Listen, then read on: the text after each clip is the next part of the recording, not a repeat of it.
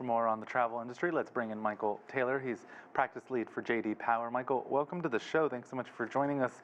First, I want to get your thoughts about the overall state of the travel industry at the moment.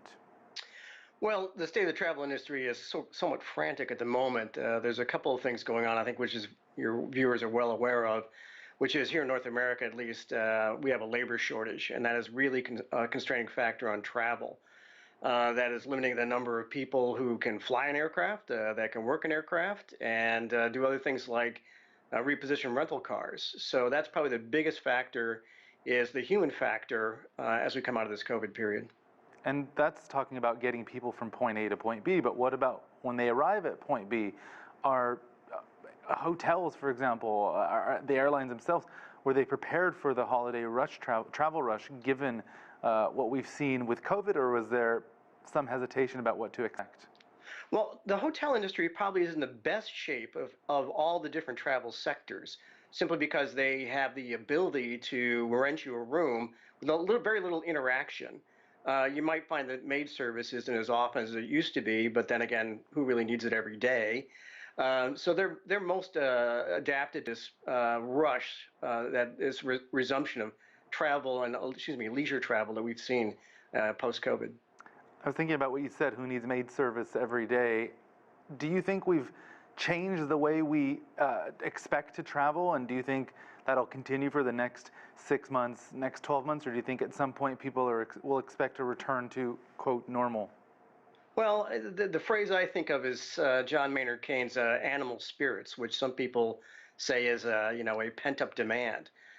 There will be a regression towards the mean in travel. It's just going to be a little bit herky-jerky here for 6 to 12 months as people are just uncertain as to what are the rules and regulations of traveling to foreign countries.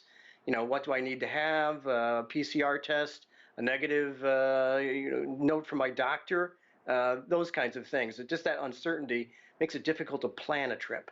And that's the key to increasing travel, is being able to plan for a trip. The travel industry is very dependent on foreign travelers coming to the U.S. How important do you think China reopening its borders for both inbound and outbound travel has been, and what kind of a boost will that be for travel globally when it fully happens? Well, if it's really the business travel aspect that you're speaking of, that is going to be a big swing factor. We're seeing a low resumption of business travel because we're doing things we're doing right now here, which is doing things by Zoom.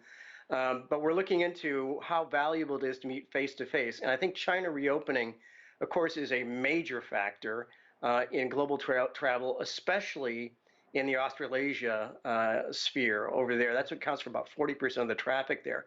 It accounts for a good deal of traffic here and also some of the high-end traffic on the business end in the United States. There are some routes that didn't really see much of a drop-off, such as China to Detroit, but the rest of the North America did see quite a drop from China during this COVID period. This is the Thanksgiving holiday here in the U.S. Lots of people concerned about gas prices. Have we seen a shift in how people are traveling, balancing gas prices with concerns perhaps over being inside an airplane?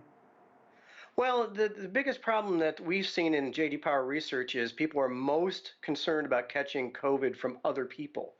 And the way, if they can control who comes in and out of the area that they're in, such as a rental car, a hotel room, or their own personal car, they're more likely to do that. So I think the substitute is, getting in a car and driving yourself, and you're not going to be worried about interacting with people who might be COVID positive. That's something we've seen in the research ever since this COVID period started.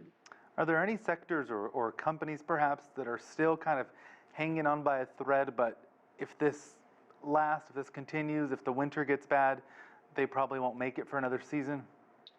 Well, there are going to be some brands that are going to disappear, yes. The industry that has the most problem at the moment is the rental car industry here in North America, simply because they sold off most of their assets, or a good deal of their assets during the COVID period, and have been unable to replenish fleet because of the chip shortage worldwide.